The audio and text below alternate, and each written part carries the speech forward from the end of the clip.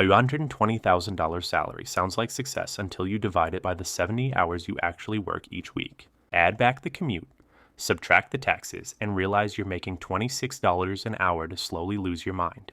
That's the math most people never do. And once you see it, you can't unsee it. The real question isn't why people quit six-figure jobs. It's why so many stay in them long after the numbers stop making sense.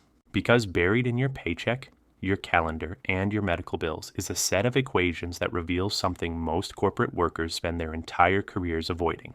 The salary you're chasing is costing you more than you're earning. So here's the puzzle. If the numbers are this clear, why does it take a breaking point for people to finally see them? Let me start with the hourly rate nobody calculates.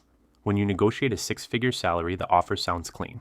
$100,000 a year, $120,000, $150,000. You divide by 2,080 hours, the standard 40-hour work week times 52 weeks, and you get a number that feels worth it. But that formula is a lie, because salaried employees don't work 40 hours. The average knowledge worker putting in 50 to 60 hours a week isn't earning overtime. They're earning less per hour every single week. An assistant manager making $50,000 who works 50-hour weeks isn't making $24 an hour. They're making $19.23. That's a 20% pay cut hidden in plain sight. Now add the hours nobody counts. Your commute. The average American spends 54 minutes a day getting to and from work. That's 4.5 hours a week, nearly 10 full days spent in transit, unpaid. Add the time you spend getting ready for work, the unpaid breaks, the emails you answer at night, the weekend Slack messages. Suddenly, those 2,080 paid hours expand to 2,500 or 2,700 hours of life consumed by work. Your $120,000 salary, it's now $44 an hour. Then subtract taxes. Your gross pay drops to $85,000 take home in many states. Now you're at $31 an hour. Then subtract the cost of commuting, gas, car maintenance, insurance, parking, the cost of work clothes, lunch, childcare so you can be at the office. By the time you account for everything, the real hours, the real costs, you're not making $58 an hour. You're making $26, maybe less. And here's the part that breaks people. You're not just losing money. You're losing time you can never buy back.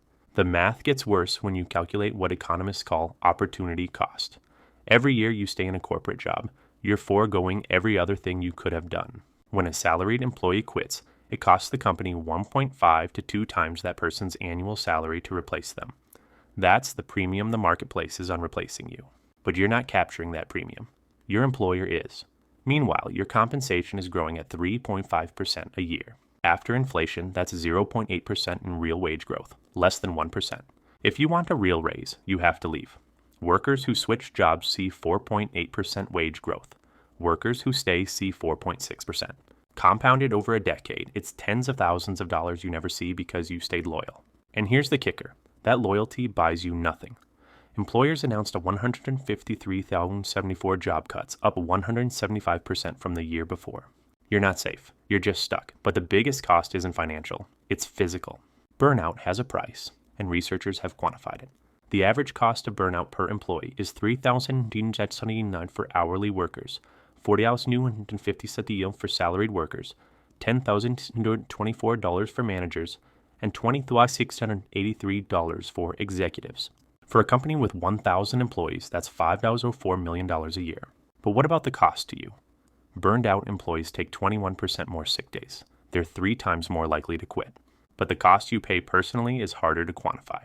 The stress that shows up as high blood pressure, insomnia, weight gain, the relationships that fray because you're too tired to be present, the hobbies you stopped doing, the version of yourself you used to be before the job hollowed you out. Businesses $190 billion a year in healthcare spending, and the economy $1 trillion in lost productivity annually.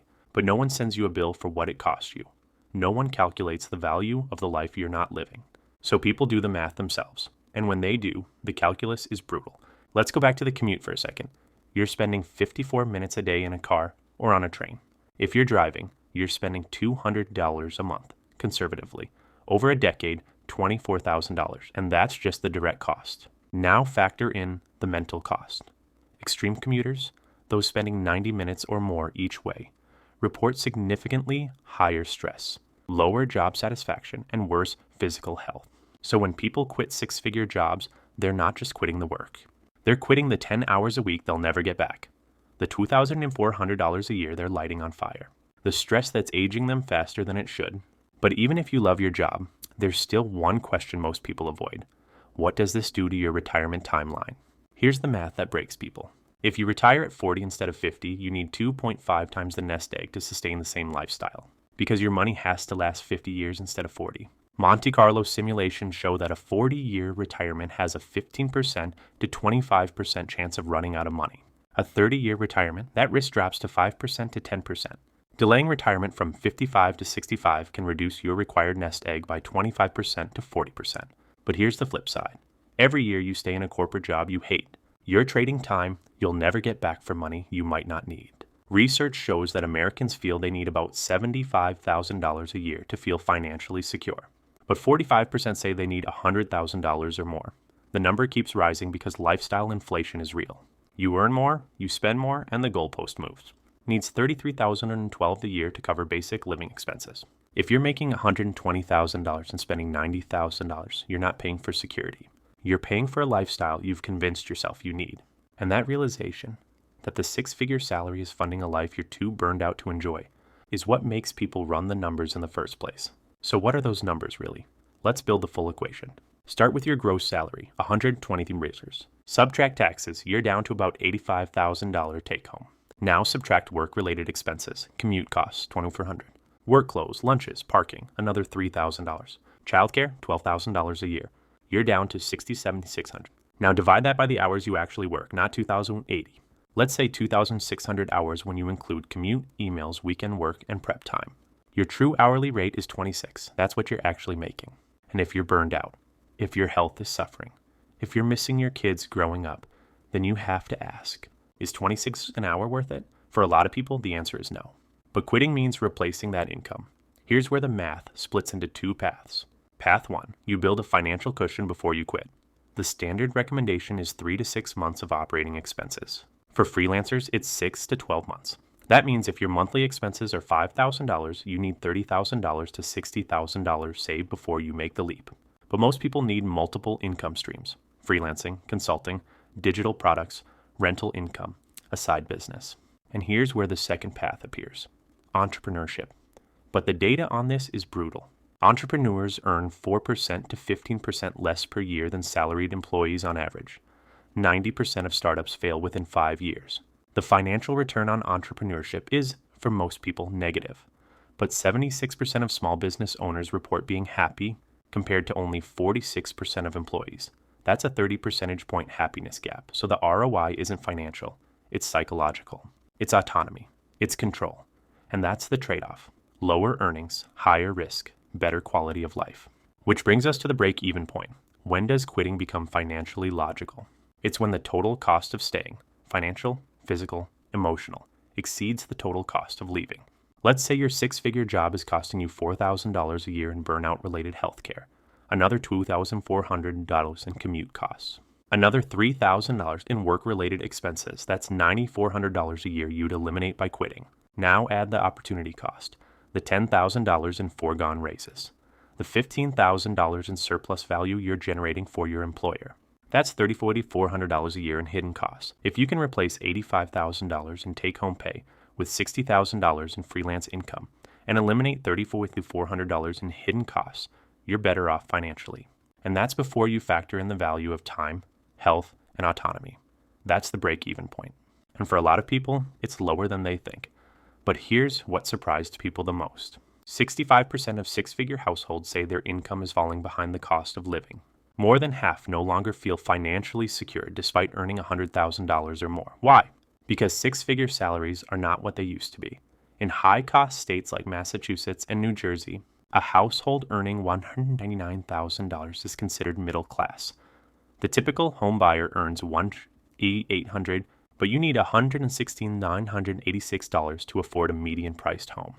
A $100,000 salary in 2020 is worth $124,000 in 2025 dollars.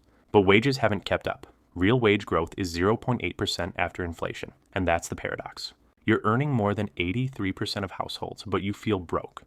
You're successful on paper, but drowning in practice. So people quit, not because they're reckless, because they finally did the math.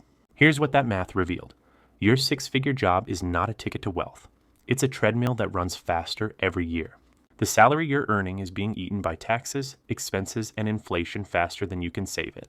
The time you're trading for that salary is being consumed by work, commute, and recovery at a rate that leaves almost nothing for the life you're supposedly working to build. And the system is designed this way. Because if you stopped long enough to calculate your true hourly rate, to quantify the cost of your burnout, to map the opportunity cost of staying, you'd realize you're not getting ahead. You're getting hollowed out. The real math isn't about salary. It's about life. And once you see that equation clearly, quitting stops feeling like a risk. It starts feeling like the only rational choice. So here's the reframe. The question was never whether you could afford to quit your six-figure job. It was whether you could afford to stay. Because every year you stay, you're paying a price. In health, in time, in potential. That doesn't show up on any paycheck. The math is simple. The choice is hard. But the numbers don't lie. And if this gave you a new lens on what's actually happening, then subscribe. Because the answers are rarely in the LinkedIn posts celebrating promotions. They're buried in the math most people never do. And once you do it, everything changes.